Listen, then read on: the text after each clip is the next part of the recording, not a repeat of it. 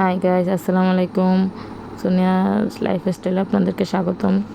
আপনারা যদি আমার চ্যানেল নতুন হয়ে থাকেন অবশ্যই চ্যানেলটি সাবস্ক্রাইব করে আমার পাশে থাকবেন।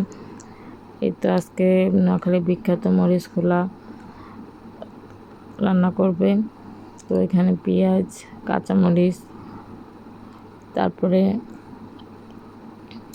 মানে যা যা মশলা দেয় আর কি, এই যে এখানে মরিচ বাটা, মানে এটা জাল ছাড়া মরিচ, এই মরিচ বাটা দিয়ে রান্না করা হবে মরিচ খোলা।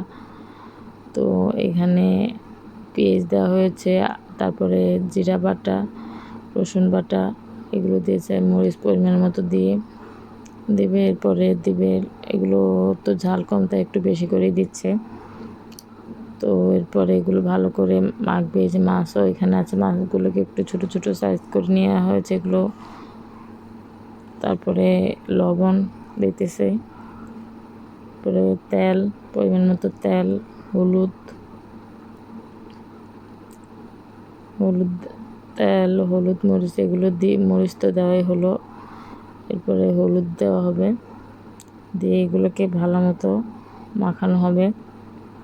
যাই হোক, এই যে এখন মাখানোর প্রসেসিং চলছে, এর সাথে ধনে পাতাও দেওয়া হয়েছে। ভালো করে মাখিয়ে তারপর কিছুক্ষণ এটাকে রেখে দেওয়া হবে রেস্টে। এরপর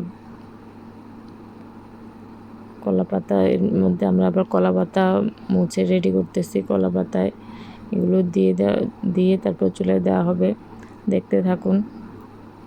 হয়তো এখন কিছুক্ষণ জন্য রেখে দেওয়া হবে, এরপর চলে যাব কলা পাতায় দেওয়ার জন্য। এই তো এখন কলা পাতায় যা রেমেডিটা ঢেলে নেওয়া হলো।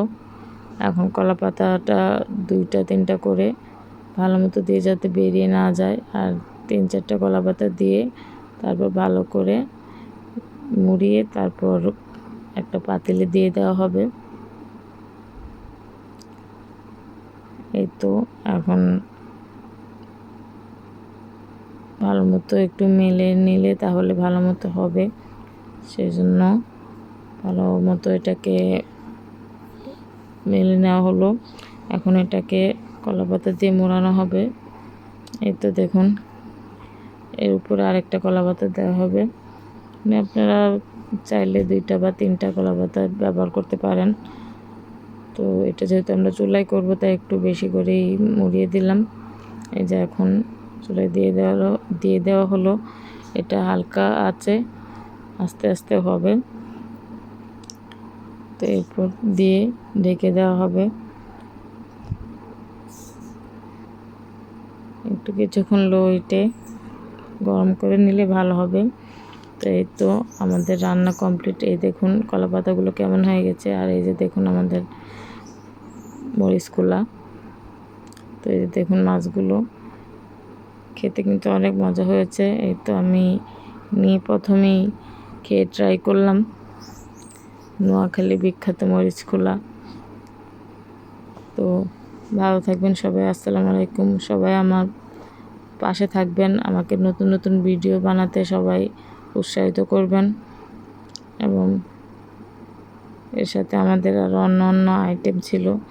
এই তো এখানে পাখির মাংস, ডিম, মাছ। তো ভালো থাকবেন সবাই।